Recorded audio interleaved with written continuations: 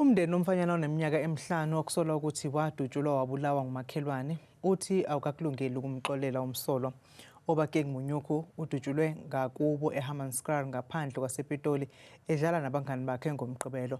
Njengoba ke kungakacaci ngembangela yokubulawa kwakhe, owesifazane oneminyaka engama-38 uboshiwe wavela enkantolo.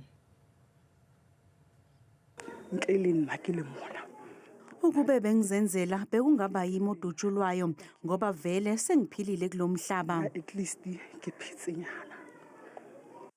Umndeni ukhungathekile kulandela ukubulawa kwengane yawo uObakeng Munyuku oneminyaka emihlanu ngempela sonto nokusolwa kukho umakhelwane.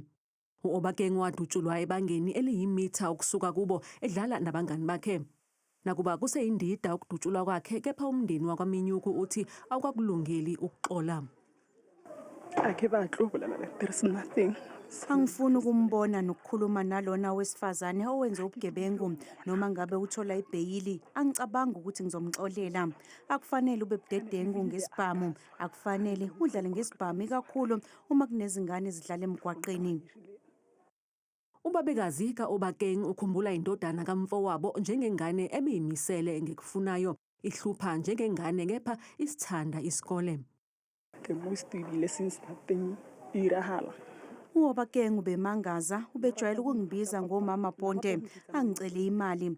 Bengihlala ngimagange njalo ngilindele abuye esikoleni ngoba ubehlale ngitshela ngosuku lwakhe esikoleni nokuthi udleni futhi ubehlala elangazelela njalo ukuya esikoleni nezinye izingane.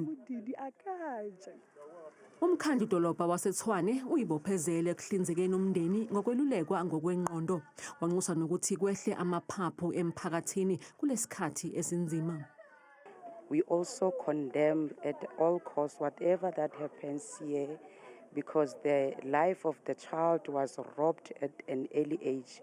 We are saying to the perpetrator that she must face the law, as guns are not toys.